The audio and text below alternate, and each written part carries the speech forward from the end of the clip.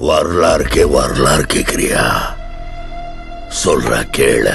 உன் வயசுலதான் அவ பாம்பேக்கு வந்தா. அவ துடிச்சல பார்த்த அவனை என் கேங்ல சேர்த்து விட கூட்டிட்டு வந்தான்.